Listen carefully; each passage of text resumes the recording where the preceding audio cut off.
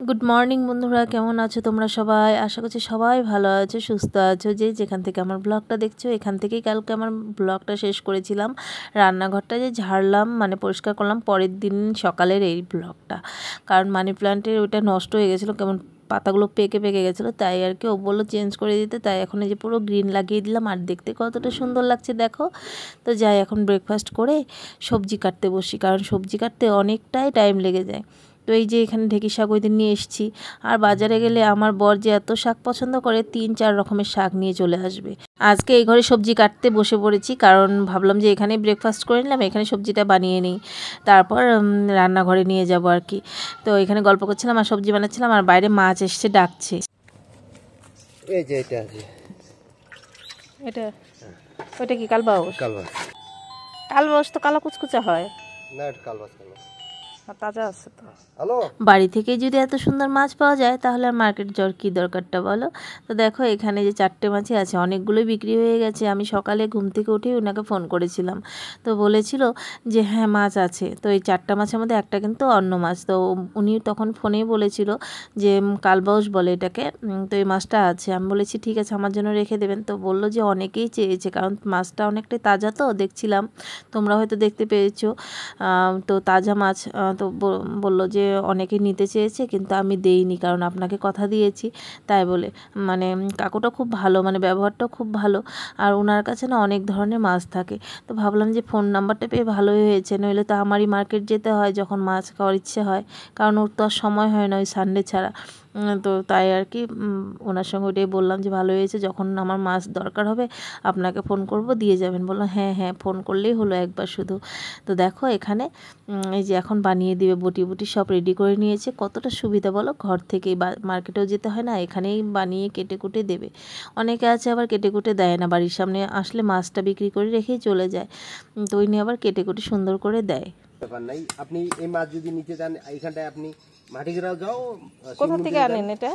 তাজা তাজা মাছ কোথা থেকে আনেন? শিলিগুড়ি সুপার মার্কেট থেকে, ওই যারা ওই যে বড় বড় দোকানওয়ালা যারা বিক্রি করে এখান থেকে আনে, আমরা ওখান থেকেই। আপনার কাছে দেখলাম একটা অন্য ধরনের মাছ থাকে, নালে যারা নিয়ে আসে না ওই আমি তো বাটা আর রৌ আজকে তো থাকলে হয়তো কাতল থাকে।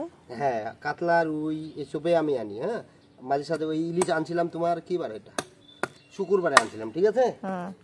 ইলিশ আনছিলাম বলে লাভ নাই, তো ওখানটায় ঢুকিনি, দেখি শুক্রবারে আবার কি হয়। আচ্ছা, তো অর্ডার এটা এইগুলা তো তাও আজকে রুই ছোট। হ্যাঁ, রুইগুলো বড় হলে না ভালো। বড় বড়ই আছে আমার, মানে আজকে মার্কেটেই আসছে তো ছোট ছোট। যেমন কাতলা কখনো বড় সাইজের হলে না, ওটা কাতলা ছোটটা না পোষায় না, বড়টা হলে এই 1 কিলো সাইজের কাতলা ওগুলা খাই লাভ নেই। বড়টা হলে টেস্টও লাগে না। যারা বুঝে না ওদের জন্য ঠিক আছে। হ্যাঁ, ওটার মাথাটাই বেশি, আর টেস্টও তো লাগে না এমন। ঠিক তো, কাতলা খাইলে জিন্দা 2 কিলো সাইজের। হ্যাঁ, বড় জিন্দা জিন্দা কাতলা।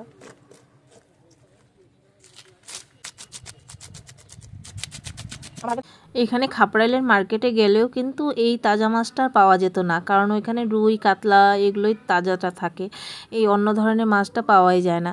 যাই হোক, আমার তো ভীষণ খুশি লেগেছে যে এই কাকুটার নাম্বার পেয়েছি, কারণ উনি অনেক ধরনের ছোটো জিজ্ঞেস করলাম, বলে ছোটো মাছও আমি নিয়ে আসি। তাই বললাম ঠিক আছে, আর একদিন তাহলে ফোন করবো, 2 ধরনের মাছ নিয়ে নেব। তো দেখো কত সুন্দর করে কেটে কুটে দিচ্ছে, কতটা ভালো তাহলে। আর যেই রকম বলছি ওই রকম করে কেটে দিচ্ছে, আবার রান্নাবাড়িও করতে হবে তাড়াহুড়ো করে।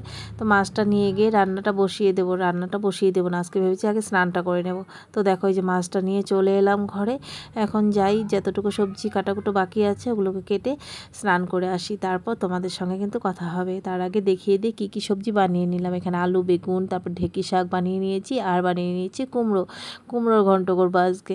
তো এখানে এই যে মাছটা ধুয়ে নিলাম, ধুয়ে কিছুটা মাছ মানে রেখে দিয়েছি, কারণ একটা বেলারই করবো, ওই বেলা রুটি খাওয়া হয়, তো মাছের সঙ্গে রুটিটা আবার খেতে ভালো লাগে না, তাই বলে রাত্রে আর কি ডিম হবে। স্নান করে চলে এসেছি, আর এখানে দেখো কড়াই হাঁড়ি সব বসিয়ে দিয়েছি, এটার মধ্যে ভাত, এটার মধ্যে এখন মাছ ভেজে নেব। বাইরে উঠেছে প্রচণ্ড রৌদ্র আজকে, মানে রৌদ্রের দিকে তাকানো যাচ্ছে না। বিকেলের দিকে অবশ্য ওয়েদারটা ভালো করে, কিন্তু এখন দেখতেই পাচ্ছ কতটা রৌদ্র। আর গাছটা রেখেছি, এতটা ভালো লাগছে দেখতে, মানে কি বলবো, খুব সুন্দর লাগছে। নিচে ভেবেছিলাম কাপড়গুলো মেলতে যাব, কিন্তু রৌদ্রের ভয়ে আর গেলাম না। ওই উপরেই মানে ইয়ে করে দিয়েছি, কারণ যতটা রোদ্র উঠেছে না শুকিয়ে যাবে। আর তার আগে ঢেঁকি শাকটা বসিয়ে নিলাম, তাড়াহুড়ো করে রান্না করব, কারণ ওর একজন কলিগ খাবে, আমাদের ঘরে আসে মাঝে মাঝে খায়, তোমরা আগের ভিডিওতে দেখেছো। ওই দাদাটাই আসবে, তো বলে দিয়েছি যে এখানে খেলে হলো, কারণ ছুটিতে গেছিলো 2-3 দিনের জন্য, বাড়ি থেকে এসছে। তো তাই ওকে বললাম তাহলে এখানে খেতে বলো, তা আমরা যা রান্না করবো তাই খাবে আর কি। তো এটাই আর কি, ফ্যামিলি না থাকলে মনে হয় যে একটু যদি ভালো করে ঘরের রান্না খেতাম, এটাই মনে হয়। তাই আর কি মাঝে মাঝে বলি, তো মাঝে মাঝে খায় আর কি। খেয়েও খুব খুশি হয়ে যায় দাদাটাও, যে বলে মানে খুবই প্রশংসা করে, রান্না খুব ভালো হয়েছে। ভালোই লাগে, কেউ যদি রান্না খেয়ে বলে ভালো হয়েছে, খুব ভালো লাগে আমার। তো দেখো এখানে ঢেঁকি শাক করেছি, হয়ে গেছে। আর এখানে মাছের ঝোল, আলু বেগুন দিয়ে মাছের ঝোল, কে কে ভালোবাসো অবশ্যই জানিও, আমার তো ভীষণ ভালো লাগে। আর আজকে ঝোলটা বেশি লাল টিকটিকে লাগছে কিন্তু ক্যামেরার জন্য। আর নতুন একটা লঙ্কার গুঁড়ো এনেছে, এতটা ঝাল, প্রথম রান্না করেছে তো আজকে একটু বেশি ঝাল হয়েছিল, কিন্তু খেতে খুব ভালো হয়েছে। এখানে দুজনের ভাতই বেড়ে নিলাম, পাঁপড়, স্যালাড, তারপর হচ্ছে গিয়ে ঢেঁকি শাক আলু পেঁয়াজ দিয়ে করেছি, আর হচ্ছে গিয়ে কুমড়োর ঘন্ট বেগুন আলু দিয়ে মাছের ঝোল, সিম্পল একদম করেছি। তো দুজনকে দিয়ে দিলাম খেতে। তো ওদের খাওয়া হয়ে গেলে তারপর আমরা সবাই খাবো। ছেলেও আসেন স্কুল থেকে, ও আসবে, তারপর তো আমার তো খেতে খেতে ওই তো দেরি। আজকে যেহেতু মাছ আছে, ছেলেকে ওই যে খাইয়ে দিতে হবে। তো ওইটাই আর কি বলছিল, মাছটা খুব টেস্টি ছিল, কারণ তাজা মাছটা ভালোই হবে।